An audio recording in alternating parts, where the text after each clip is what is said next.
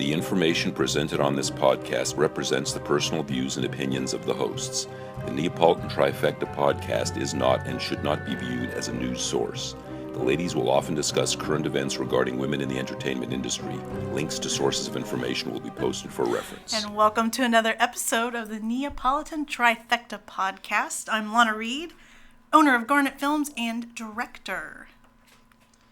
Hi, and I'm Nancy Pushkar. I am an actor, currently working on some films, writing, producing. My own production company just started, and looking forward to all that fun stuff. And I am Oscar nominee Alex Schumard. Future Oscar nominee. That's, yeah. Hey, I had to put my 2 cents in, okay? I love it. Get it in there. Alexandra Schumard, actor out of Dayton, Cincinnati. Yep. Nice. Oscar nominee. We are back to talk about women in the entertainment industry, and today we're going to talk about finding your niche and breaking stereotypes. Very good stuff. Yeah. So let's talk about niches. As an actor, finding your niche is very important, what you can realistically play on screen. Niches, Nancy. Seriously, Nancy Niche. Nancy Niche. Nancy Niche. Nancy Niche, she's a snitch, don't get in her way. I think one of the niches that really is bothersome for me is the mom role, the mom part. Honestly, I'm older. I am going to get those types of opportunities. Am I going to turn them down? No, but, how many moms can I play? Well, honestly, I've played a couple, and they've been nasty and great characters. So one was nuts, and the other one was like crazier. And so, I didn't mind that kind of niche thing. However, I think that there are other roles that are in the niche realm that I could play. I could play a detective. I could play what stuff you want to play. Yeah. Right. That I could play a doctor. I can play. There are a lot of things. I think that we have to make sure we don't pigeonhole ourselves. Yes. Too. Right? Yeah. Absolutely. Because obviously I feel like there are some things that are more on the unrealistic side that you kind of have to... I am not going to play a superhero. Right. Everyone kind of has Mirren their... was an assassin. Yeah. And she did great. Yeah. But that was physically something that she was capable of playing. But I'm not going to play like Wonder Woman. Right. And everyone has their, things that they feel like it's just not them. Or you're just not going to be right for. Mm-hmm. But then at the same time, there are things that you can break the cycle, like you said, you play, like it's that always barrier. Like moms and stuff. Mm-hmm. Right. They're, like you just listed a handful. There are definitely like other characters you can play. Mm-hmm. And the mom thing absolutely drives me crazy from a director standpoint, because I feel like as soon as an actress hits 30, they're automatically shoved in the mom niche. That's terrible. And I don't agree with that. No. At all. Definitely not. And I don't like the reverse of seeing women who are... They appear on screen to be 18, 19, 20, and they're a mom. Playing. To a small child, and the male they pair them up with is clearly in his 50s. Right. So it's, why can a woman get shoved in the mom niche at 30, but also all the other actresses below that take those roles away from those actresses to get paired up with a man who's 30 years older than her. Right. Why doesn't he get shoved into the grandfather niche when he hits 45? Right. Oh, because it's... Yeah. It's again, that's so what we're trying to do me. here. Yeah. Right. Yeah. If you think about, honestly, going back to Father of the Bride, the original with Spencer Tracy. Oh my God. The guy was an old man. He was a very much an older man, married to this very young, spry woman. She looked like she could have been the one that was the bride. Yeah. So, and that's that old school, that's that old mentality, that old way of thinking that is kind of just still being perpetuated today, which is, we understand that, but that doesn't mean we have to say, it's okay. Yeah. We have to break those traditions and stereotypes and niches. Absolutely. I know that that's a struggle, even in the Hollywood world of acting that big, like really well-known A-list actresses have that problem where they are told they're too old to play a 30-year-old mom when they're Maggie 30. Gyllenhaal. Yeah, Maggie Gyllenhaal. Oh my gosh. She was told, and I love her. She's amazing. She was told she was too old to play the wife of someone that was going to be like 17 years older than her. Yeah. That's ridiculous. Yeah. It.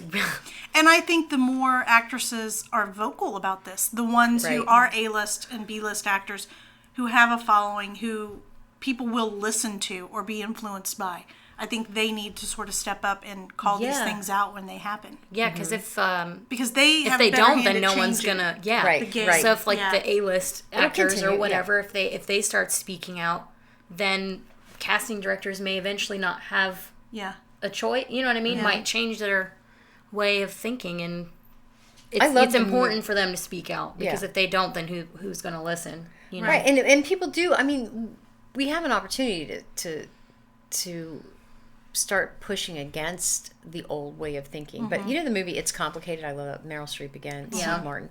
I just loved it because first of all, right? One of them. I mean, it shows you that people, when you can be older and still be romantic, you can still fall in love, you can still get a crush on somebody that is, your age, and and she's a great example of getting roles that aren't just. Right. The mom role. She played Yes, I mean, that Miranda Priestley. And, right. We keep talking about the same movies with her, but I mean, she's a really good example of showing that there are plenty of different kinds of roles. They just need to be more available. Right. Yep. Or casted in the right age range, I guess. So I don't know if I'm a little biased towards older actors because I feel like they don't get as many opportunities. But most of the things that I write, most of the characters are 32, 33 years old or older. I don't write for 20-somethings. There are enough opportunities out there for 20-somethings that I don't even tap that subject matter, that age range at all. So that's interesting. I avoid those niches and stereotypes of the 20-somethings in my writing. Yeah. Me. Yeah. Sorry. Poor Alex. Sorry. That's okay. That was such a great... There's always room for a saloon girl. Yeah, talk about niches. Well, you look like you're going to start college, the way you're dressed today. I do feel very proper. Maybe that's my niche. I mean, like the saloon girl thing, I've kind of learned to just embrace it. Sure. If that's kind of the roles that I'm at a point where right now I can't necessarily pick and choose, right. I guess. Sure. So I'm just taking the experiences as they come. But I mean, I've done other things that aren't anything to do with my body type, so I've done other roles where I've played a secretary and then getting ready to do one where, I'm playing something completely different. So I haven't really ran into it too much where I keep getting the same thing right now, but I feel that I need to try to really like comedic, and quirky. So I know that I could play like the friend to somebody. Sure. Like the funny little sister of someone or the comic relief like in a movie. Like the movie Deadpool. Like TJ Miller. Like I just imagine like a female version of that's like me. That's like what I would love doing in movies. Sure. But at the same time, I would also like to I would like to do the superhero thing. I would love to play a superhero, and it's like, why can't I? You know what I mean? I can get to that point, but right now, maybe not as I am. But there are certain things that if you want them, you can train, keep training, and you do the work, work for it. Yeah. So that's. Now, Nancy, you touched on the niches that you can play, and you said there are so many. Like a detective or a doctor, all those things. Typically, we see males. You talk about a crime drama or something, the detectives show up to the scene, and 80% of the time, it's a few males. Older guys, 40s, 50s, right? Right. Okay, so let's talk about why can't we take some of those roles and switch the gender? Because as we know, the three of us at this table, we are getting ready to do that in a short film. Exactly. Something that was written for two males after reading it, there's no reason why 2 females can't play those roles. So it's a short film, and we did that. We swapped the characters, so... Yeah. It actually takes on a different feel, don't you think? Absolutely. I think it's better. Not that switching roles to females all the time are going to be better. Right. Like, not saying that everything. That's not what we're saying. But it's just an impact. Absolutely. Yeah. Absolutely. And I think sometimes female presence is stronger than male presence in some films, and I think that's what they need to be open to. I feel like the film that we're getting ready to do that, I think it's going to add more intimacy between the 2 characters, because they're bickering or whatever, but I don't know. I think with just 2 females, the emotion will be more present. Right.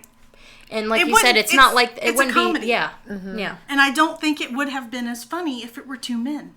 Yeah. It would have taken on, I think it would have taken on a serious undertone. Yes. Absolutely.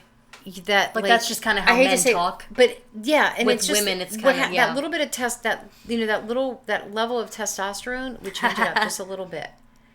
Do you know what I mean? Like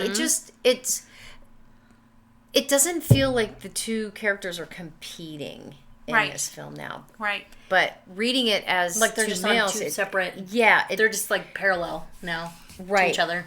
I mean, there's conflict. Yeah, that's what there's not. I look at it like they're not butting heads. Right. Angelic music. That would be you. That's beautiful. I know, isn't that beautiful? It's beautiful. It's almost like angelic. It is to some extent. It's but let me just perfect turn that. timing. It is perfect timing. Joe Field. Joe Field is here. So not She's joined us. Of me to have that. I have flown in. I have no idea why that did that right now. I thought I had that on silent, but who knows? Yeah. So males. If it were males and Susan from On High. That's the film. So. Right. If it were males, it would be Isn't more that like weird. Butting head. No, that's the universe, baby. Okay. That is the universe saying you made the right decision. Yes. Angelic sound comes males, their energy would be right. That's like what I'm saying. this. The testosterone. But with, it's like with 2 females, no offense, Rusty. It turns into like the push and pull. Right. There's that energy. Right. It goes. There's that synchronicity. Man, now I'm getting excited to do it. Let's. Okay. All right. Hey, Alex. Yeah, I have a copy of the script. Yeah, I'll make another copy for you. Let's go run lines. All right, guys, you ready for some questions? Sure. Oh, is it time for questions already? Yeah. Q&A. Wow. Jude, hey Jude. Don't be afraid. From Akron. Oh my God, do we have to pay royalties on that? Shh. Can we edit that out? Yeah. Can't say. Jude from Akron, Ohio says, this would be good for you to start with. What are casting directors looking for? Because you've casted some stuff. I so. did. That's a tough question because no one really knows. It depends on what they're looking for at the moment. I actually, when I cast the Western, there were a couple of people that I thought about for roles and then thought about someone else, and it changed my idea of how I should cast and who would be better for the role. So before I actually reached out to anyone about auditions, I knew I sort of handpicked who I wanted in the Western, but I did change my mind on a few people. And sometimes that happens so on the spot. Happens. Now I know casting directors, and I can't speak for all of them. This is just a generalization, in my opinion. Lana's opinion. You can walk into a room, and if that casting director had a fight with their spouse that morning, and their spouse was wearing a blue sweater, and you walk into a casting room to audition, and you're wearing that same color blue sweater, you've already lost a point because that triggers remembering that argument. Believe it, it's silly stuff like that, believe it or not. Yeah. Absolutely. But then there are other times that you can walk in and not fit the description at all. Right. And change their mind. Right. You were talking about that. Right. Yeah. That's exhilarating. There was an indie film. Yeah, there was an indie film that I auditioned for, and 3 other actors went. We all 4 went together. We went in one car because it was a little bit of a drive, and the main character, one of the guys, he did a monologue, and he was just looking for any part in this film, and darn if he didn't get the lead, and he did not fit the physical type they were looking for. Yeah. Right. And it was funny because it was called But Mirage. they were just blown away. It's not. I think you can look at it. It's on my IMDb, but I think you can find it. What did I say? I'm just saying IMDb. She was just okay. shout I was out like, to because IMDb. I'm being dyslexic, I transpose everything. But anyway, so yeah, he got that part. And when I saw, like, when we were sitting there waiting, I saw some of the men who are auditioning for that part. Mm-hmm. And then when I saw on shooting days and stuff, because the four of us got cast in this. I couldn't believe it. I thought, how would they have even used someone else instead of this particular person? Because he fit the bill. He fit that character 150%. Mm-hmm. So it was just, he went in, he did his thing, and they were able to flip and go, yeah, this is what we need. And it really sold that piece beautifully. Mm-hmm. Maybe sometimes they have an idea in their head what they're looking for, but maybe not. Luckily, they weren't locked into it because it literally made the film. Mm-hmm. Excuse me. And sometimes, and I've run into it, you fit the bill to a T. You know what I mean? The physical. Mm-hmm. But, maybe someone's audition was just better. And maybe they had the same physical fitting to a T. Mm-hmm. Yeah. But maybe just their presence or the way they speak, the tone of their voice. Mm-hmm. I got a call back one time when I lived in LA, I went to this thrift store and I bought Eisenhower jacket, vintage Eisenhower jacket. Beautiful. I still have it. And I used to wear paper clips, like funky different paper clips, and then the big alligator clips on the lapel. I just decorated it with that. But it looked really cool, and I called it Office Accessories. So I went in for an audition for this pilot for a TV series. It was a detective show. And I went in and I read, and the woman that I read for, she said, where'd you get that jacket? And I said, I bought it at a thrift store, down Hollywood Boulevard or whatever. And she said, I like all those things you have. I said, my Office Accessories. And she said, yes, that's fantastic. And I said, thanks. I said, they're just paper clips from my desk at work. Yeah. She started laughing. She goes, here, I want you to do a call. You've got to call back. Can you come back tomorrow? And blah, see, blah, blah. Sometimes when you're yourself, I didn't get the part because then I read for somebody who wasn't impressed with the jacket. But they didn't like the jacket. Think about that. Honestly, could my life have changed sincerely if I would have read for her again and I had on another jacket that she liked? But I mean things. Yeah. Careers can be made or broken sometimes with stuff like that. But yeah, that's how I got the call back. So what is a casting director looking for? Depends on the casting director, depends on the audition, it depends on where you are, the luck of the draw, what their day's like. Mm-hmm. We can't answer that. And just don't take stuff. And I'm learning it too because I'm still kind of starting out. You just cannot take things personally. Absolutely. Never. Especially if you really are like a creative person and you're an actor, filmmaker, whatever, you just have to kind of tell yourself like they found the right person. That should actually make you feel good. Yeah. Mm-hmm. Because they're going to create something awesome. And, if you weren't the right part for it, then whatever. Yeah. Right. But they found someone, obviously that was the right part, and that's kind of all you can ask for. Mm-hmm. So. Yeah, that was a good question. Yeah. I forgot we were even on Q&A for a second. Yeah. April from, Jacksonville, Florida. I've never been to Florida. Oh, I have. Asks, it's very humid. You have? Yeah, it's humid. Oh, my hair was there not that long ago. My hair would be all over. Mm-hmm. April from Jacksonville, Florida asks, what good or bad experiences have you had as an actor or director? I will say it's I don't want to say bad experience because all experiences kind of mold you. Yeah. Kind of like with life experiences. But some things can be crappy. I will say a bad experience I had was the very first movie I worked on, and I just had one line, but I was happy it was my first thing I was doing, and it was local, so it was actually very, very close to where I lived, so it was really easily accessible, and so I was happy to have the part, but you have a call time, and I had to wait 5 hours for my one line, which I was fine with. Sometimes that happens. It's just the way they have a set time, and they need you there. Sometimes things get behind schedule. Yeah, and it definitely was. Stuff was extremely behind schedule, and it's not even really a bad experience, I guess. It's just kind of more silly than anything. It was just the AC was off. It was the middle of summer in this building, and it was so like unbearably hot, just sweating. And then you get in front of the camera with all the lights. Whoops, sorry, Rusty. We keep hitting the mics. He just woke up. Oh my God! And then I hit, wake up, Rusty. No, Rusty does not sleep on the job. He's amazing. But it's kind of more of like a silly thing. I guess it's not really, something that's going to mold me. But it was just something that always stick in my head. Because I was sitting in front of the camera and they kept having to like, pat me and powder me because I was just like beating sweat. And I had this big, like thick sweater on, and it was just oh my God, I'm crazy. But sweating already. that's just kind of more of a silly. Yeah. I've luckily not run into. I don't know, that Lana director is pretty tough, She's rough. Yeah. No, But she gets it done. Yeah, she does. She gets it done.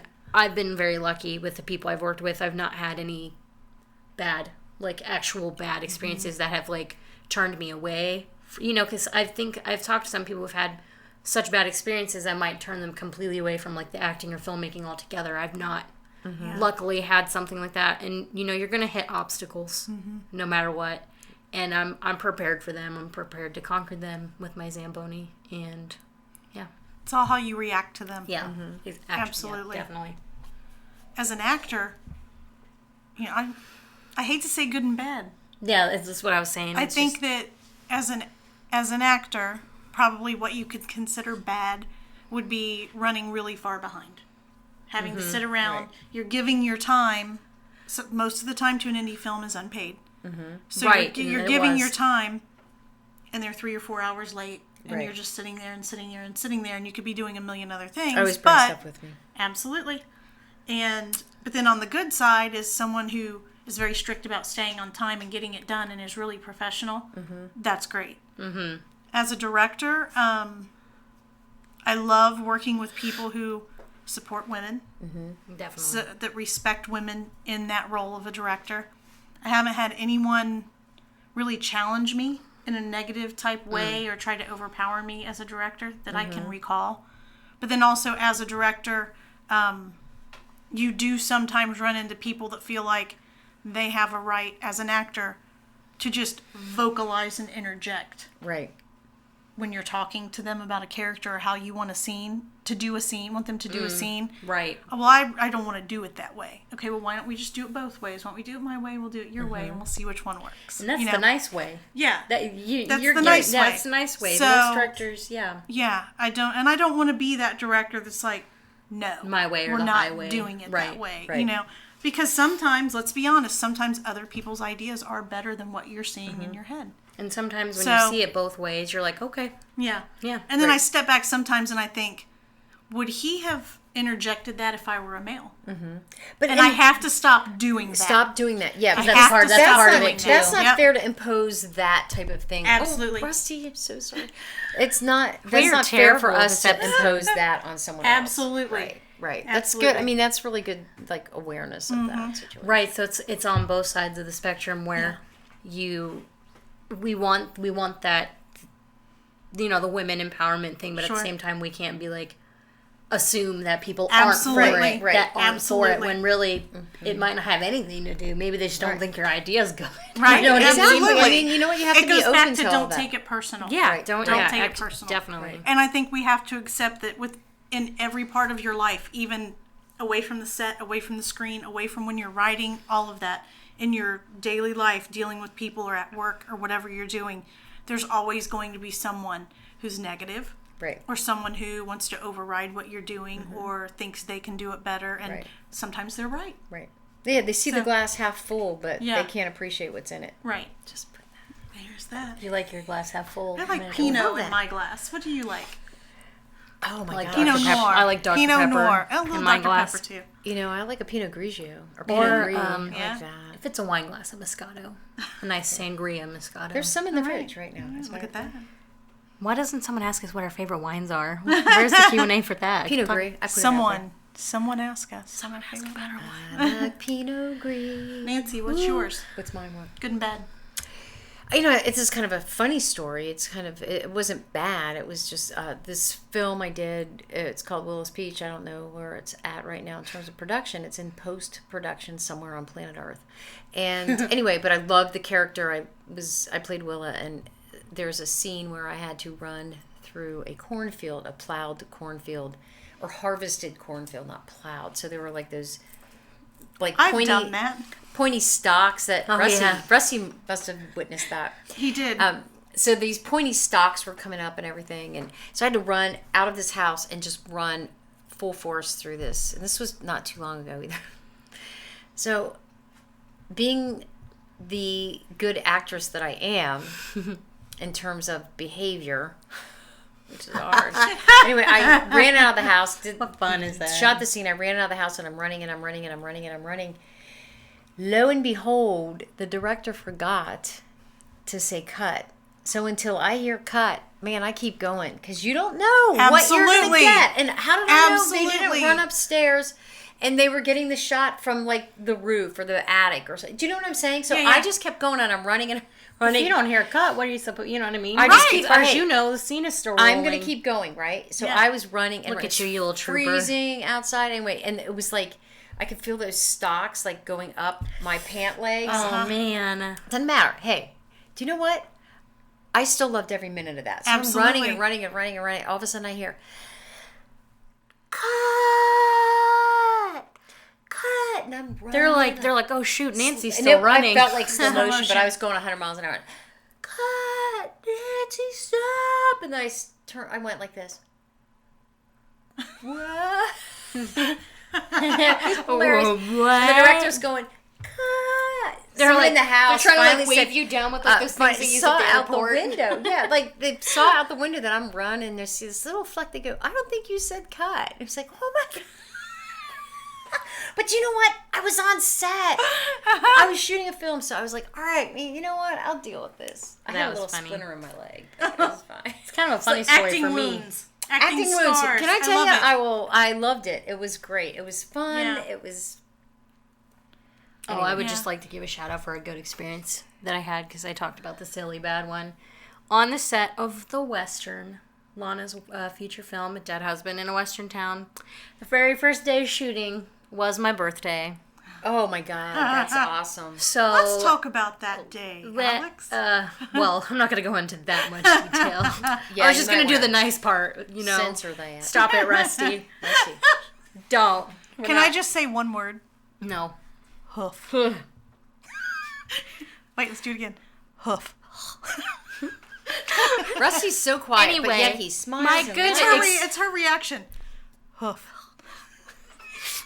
Anyway, my good experience, I was just going to say, was that it was my birthday, and honestly, there was nowhere else I would have rather been that day. I was so excited to be on set and to help, and they surprised me with a birthday cake and flowers, and it was a very good experience. And later that night was Hoof. the hoof, which we won't get into that. No.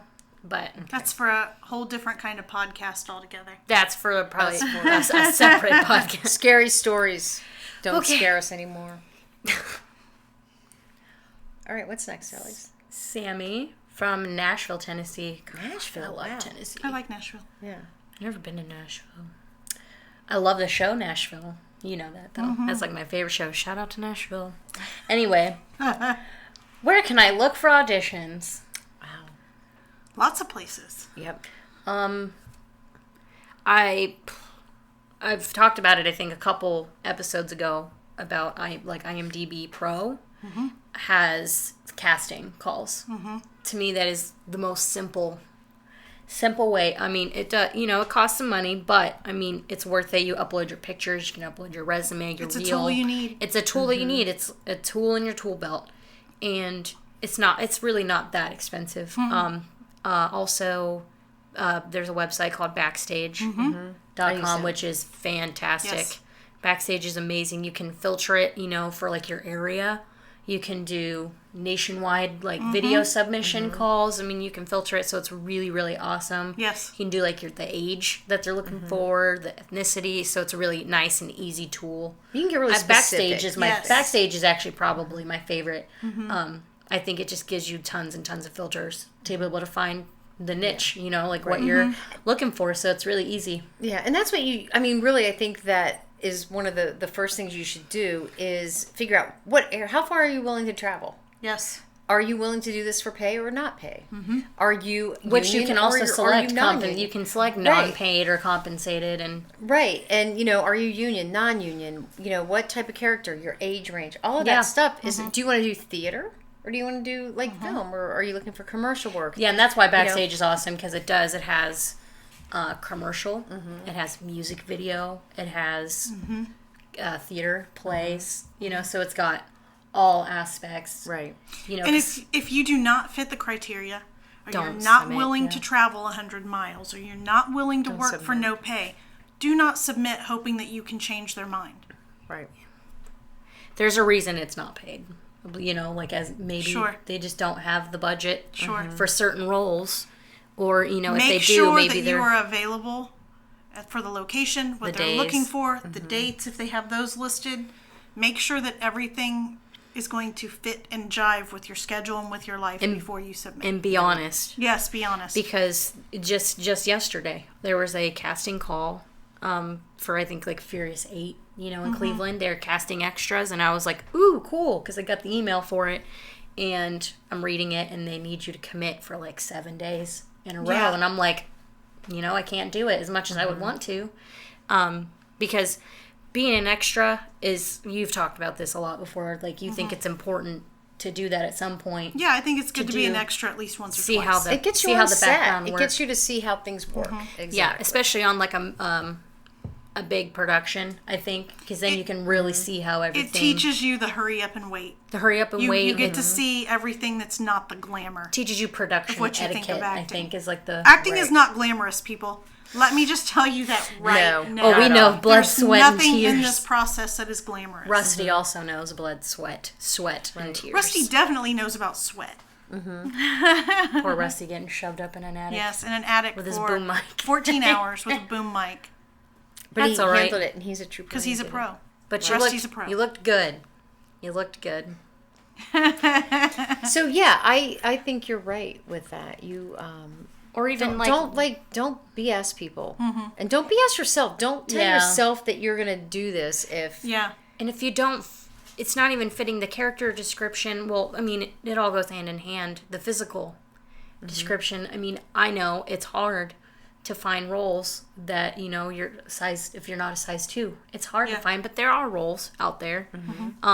One, you can either work toward, you know, like actually work toward maybe having more of a, it's like when you're painting a house and you're going to sell the house and you need it to be beige so it appeals to more people. When you're an actor, you just have to try to get yourself, not to look generic, but to just like be able to like look like you can fit any bill they need you to, like, you know what I mean? Give it the imagination. I mean, you don't want your headshot to be super like glam doll and like totally pigeonhole you into something in particular. You know, you want to look like someone could say, yeah, you know what? We could dye her hair black. We could do this. We could, exactly. Whatever his or whatever. But and don't. I mean, again, we talked about this in an earlier podcast. Don't lie on your resume. Please don't lie on your resume. I mean, and throughout these podcasts, we'll reiterate things because but that's one important. Of the big things. Right, these are important things to remember. And lying, just all it does is gets people upset. I think that... And people talk. They'll tell other directors and other casting people they know that they caught you padding your resume. And that is not good. You would be amazed, you know, because when I first started out, it was hard because I didn't have anything to put on. But you would be amazed at what putting, like an acting studio that you take classes at weekly, you put that on there, you'd be amazed at the things that you can start getting just by, they're like, oh, she's doing working, the work. She's doing the work. But, you know, like when you're first starting out, I don't have that many credits to my name, but it's like I got the studying that I'm doing. And I have a little handful of credits, so it's like I'll just keep getting more, and then all of a sudden it'll just like come in rushes. So Absolutely. you just got to do the work. And I also think too, like if you are fortunate enough to get an agent, which a lot of people that's a goal they have, you know, getting an agent. If you have an agent, they will help you to get auditions, help you find work, but you can still do these things on your own too. Don't just rely on your agent, because your agent has X amount of they might have 12 other people, with. Yeah, if not more. And also, if you have one agent, don't go signing with another agent, because a lot of them are they have strict guidelines that you have to follow. So just be smart and do your research and respectful of how other people work within the industry as well. And just keep yourself motivated and be honest, and you'll never have to worry about what you told this person and what you told that person and this casting director and that casting director. Just be upfront. Follow your path honestly. Yeah, when I first started out too, before I even went to acting classes, it's like I was a little naive in my thought process, thinking that, I just need to get on set 3 times and get a SAG card, and then I can start doing SAG roles. Yeah. That's a huge misconception. Huge mistake. Shout out to misconceptions. Yeah. Shout out. Huge mistake. And actually, my mom was the one that was like, be careful with that, because once you get your SAG card, you can no longer do non-union things. If you get a SAG card and you really don't have that much experience versus people who have a SAG card who have tons of experience, you can be kind of screwed. Yeah. So, right. I mean, build your reel and build some credits like all non-union. You'd be amazed how much you can do. Yeah. Not, non-union, and get to that point of being union. That's perfect timing. Look at that. Makes me want to sing a Christmas song. Alrighty. All right. Alex, where can people find us? People can find us at I'm just kidding. Give you my address. Instagram, Twitter is Neapolitan3. Our Facebook page is Neapolitan Trifecta Podcast. Questions that you want to ask us on our next episodes, comments, feedback. If you want to tell us you love us, anything like that. Aww. We can handle anything you throw at us, basically. So there you have it. So yeah, check us out and like our page and follow us on Twitter and Instagram. Yeah. And we'll see you all on the next podcast. All right. Bye. Bye.